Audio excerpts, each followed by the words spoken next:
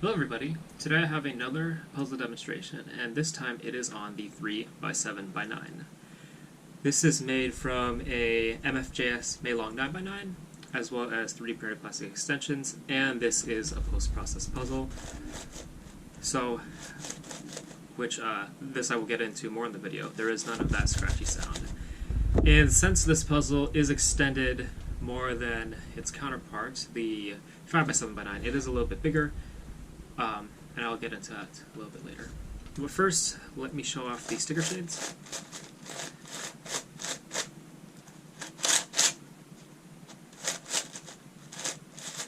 Once again, the stickers are cut by Chewy Stickers.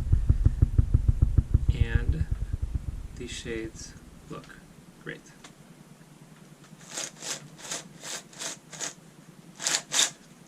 And this puzzle, for me, is on the verge of being a little bit too big, however, it is still manageable. For a size comparison, I have I forget what this is. I always forget. It's like a Moyu Alfood World Record magnet or whatever. The flagship 5x5. Well, actually, probably not anymore. It's probably out of date. But point being, the size.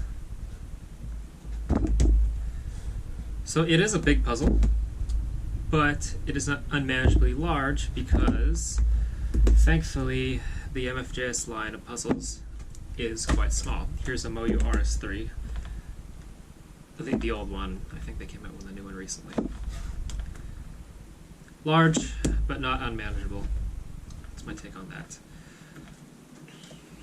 So getting into the turning quality, this is a post-processed puzzle.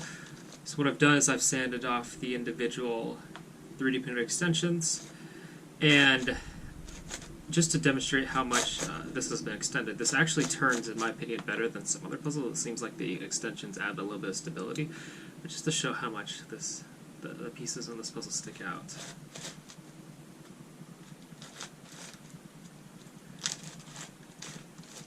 So this is the largest difference. So that's the center. That's the orange centerpiece sticking all the way out from the white side. I have added a little bit of glue to the centerpiece, as I do for all the puzzles. It allows whoever ultimately ends up with this puzzle. This puzzle is already sold, so I will be shipping this off.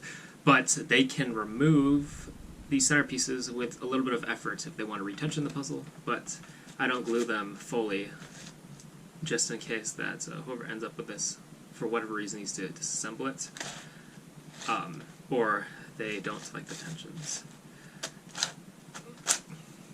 So effectively, the blue and green sides are extended as much as the red/orange sides on a 5x5x9, and the red and orange sides are extended by another cubie. So red and orange, they don't necessarily have to be red and orange, but the, what do you call this, the 7x3 sides, or the 7x3 sides are extended by 3 cubies, and the 9x3 sides are extended by 2 cubies, and of course the 7x9 sides are not extended. Well, they're extended by a millimeter, just so I can add caps, but they're otherwise unextended.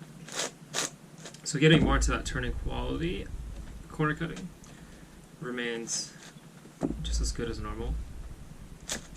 I mean, 1 cubie at this point is pretty standard, in my opinion. Effectively no reverse. Let's see if I can get this up. But really what matters is I do this every time, the full misalignment condition, case I should say. That was not very good. I mean, more realistically, something like that, and it'll cut through that, and it'll do that for all the sides. So yeah, so into turning quality, I do actually really like the way this puzzle turns. So let me try to execute some algorithms. This puzzle is a little large, so I might struggle. Let's do some Cuboid algorithms.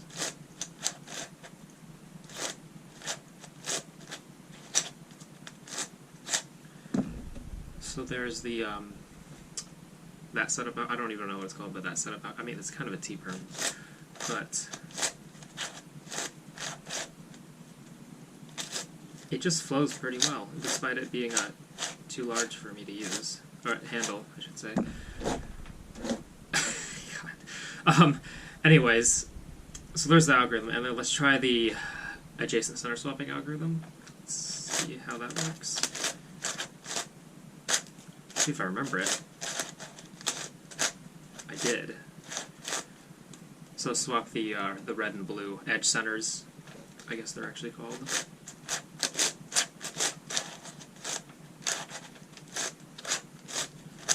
See, algorithms, they flow pretty smoothly. So enough on that, but to really demonstrate the turning quality, I think it would be appropriate for me to do a full scramble. So this is an ultimate shapeshifter, so it scrambles, I mean, for a full scramble, it scrambles in 2 stages, and also, by the way, there's no way that I can solve this. I don't even remember how to solve the 3x5x7. So this will be cheated. I'll get it to a certain point where I can just, I think it's the parity step, but I'll get it to a point where I can just effectively disassemble a few pieces, and then unscrew a face and disassemble the couple pieces that I have remaining. But anyways, so the first step to scrambling Ultimate Shapeshifter is to turn each side by 180 degrees. So effectively not scrambling it, I mean not shapeshifting at all. But I will just demonstrate the turning quality throughout this process.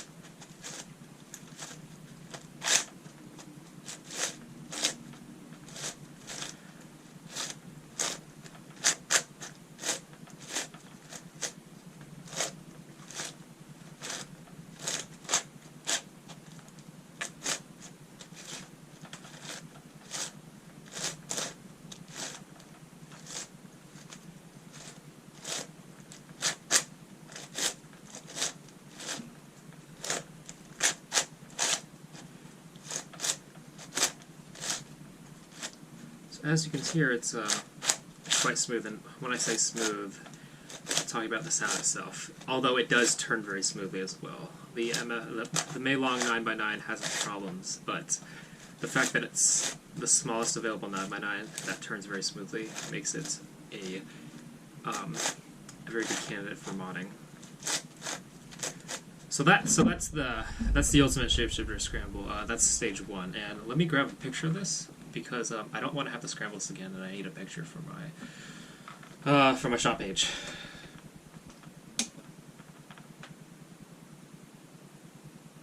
Okay, that's good. So now what we can do is we can go into the stage 2 scramble. So I choose to scramble it like a tower. So what that means is I will continue turning this axis by 180 degrees, but I will go ahead and start turning the other axes by 90 degrees, like this. And let's see what happens. So this basically reduces to a 3x3. These puzzles will always reduce, these banded shapeshifting puzzles will always reduce down to their lowest order. So since this is a 3x7x9, it will reduce to a 3x3 when fully scrambled. Or it becomes a 3x3 when fully scrambled. Or I should say that you can only make 3x3 moves when fully scrambled. I think that's the appropriate terminology. I don't know. I don't really know what I'm talking about. When do I? Anyways. So just because pieces are sticking out so much, it's getting a little bit cumbersome to turn. But because of the corner cutting capabilities, it is it's not too bad.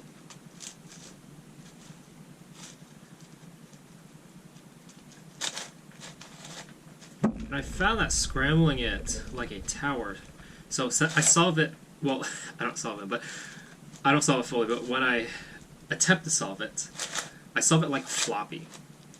And I found that if you scramble it like a tower, you get an even greater scramble. So if you solve it like a tower, I would scramble like a floppy, but if you solve it like a floppy, I would scramble like a tower, just to get the big... I don't really know why, mathematically, that makes a scramble seem better, but that's what I've seen, and I'll show you what I mean later. So that's, this is a good partial scramble, I think. Well, actually, maybe it's bad, but I don't care, I'm stopping here. So things are starting to look messy. I gotta get another picture.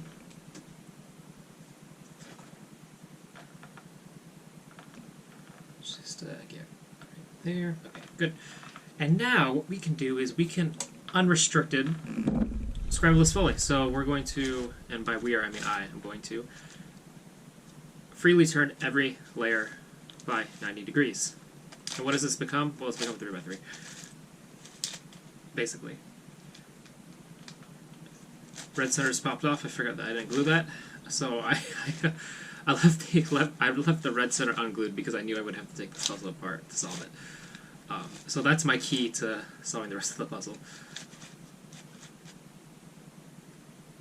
But yeah, I can't solve my own puzzles, unfortunately.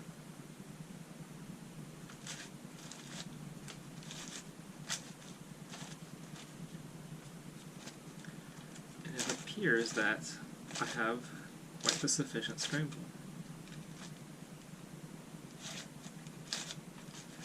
I wish I had a 5x5 a 5x7x9 to compare this to in terms of size. Unfortunately, I don't. But it's about a cubie bigger in each dimension, except for the white and the yellow sides. Those sides are still the same 1mm tile extended. Anyways, that is a full scramble. It's quite the mess. I'm going to do my best to solve it as much as I can, and then inevitably take off the pieces I can't solve. Anyways, that is the demonstration of the 3x7x9. I'm immediately going to be filming a video on this puzzle, the big sibling, you could say. This is a 4x8x10. So I'm going to be doing that immediately after this. But thank you all so much for watching, and I'll see you in the next video.